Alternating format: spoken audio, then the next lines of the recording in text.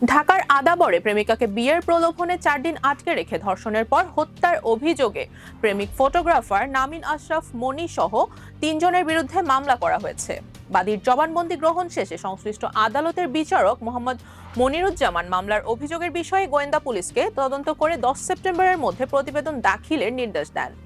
মামলার আসামি হলেন ফটোগ্রাফার নামিম আশরাফ মনি, তার বাবা আশরাফ উদ্দিন ও মা শাহনাজ বেগম। মামলার অভিযোগে বলা হয়, বাদীর বোন সাদিয়া ইয়াসফিয়া মেকআপ আর্টিস্টের কাজ করতেন, অপরদিকে মূল আসামি নামিম আশরাফ ফটোগ্রাফির কাজ করতেন। 2024 সালে একটি প্রোগ্রামের শুটিংয়ে নামিন ও সাদিয়ার পরিচয় হয়। এভাবে বিভিন্ন প্রোগ্রামের শুটিংয়ে তারা একসঙ্গে কাজ করতে থাকেন। এক পর্যায়ে তাদের মধ্যে ঘনিষ্ঠ প্রেমের সম্পর্ক হয়। এতে আরও বলা হয়, প্রেমের সম্পর্ক থাকা অবস্থায় তারা বিয়ের জন্য কথাবার্তাও বলেন। উভয়ের পরিবার বিষয়টি জানতো। এরই ধারাবাহিকতায় গত 6 জুন সাদিয়ার বড় বোন, বড় ভাই ও পরিবারের সদস্যরা বিয়ের প্রস্তাব নিয়ে আসামিদের গ্যান্ডারিয়ার ঢালকানগর গলির বাসায় যান। ওই বাসায় নামিম আশরাফের মা বাবা বিয়ের প্রস্তাব নাকচ করে দেন। তাদের ছেলের সঙ্গে সাদিয়াকে বিয়ে দেওয়ার চেষ্টা করলে হিতে বিপরীত হবে বলে হুমকিও দেন।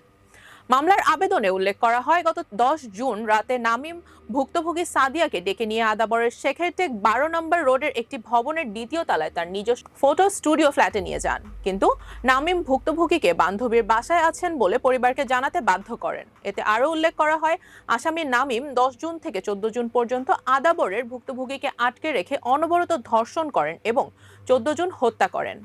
পরে আসামি নামিম নিজেকে বাঁচাতে ঘটনাটিকে আত্মহত্যা বলে প্রচারণা চালান।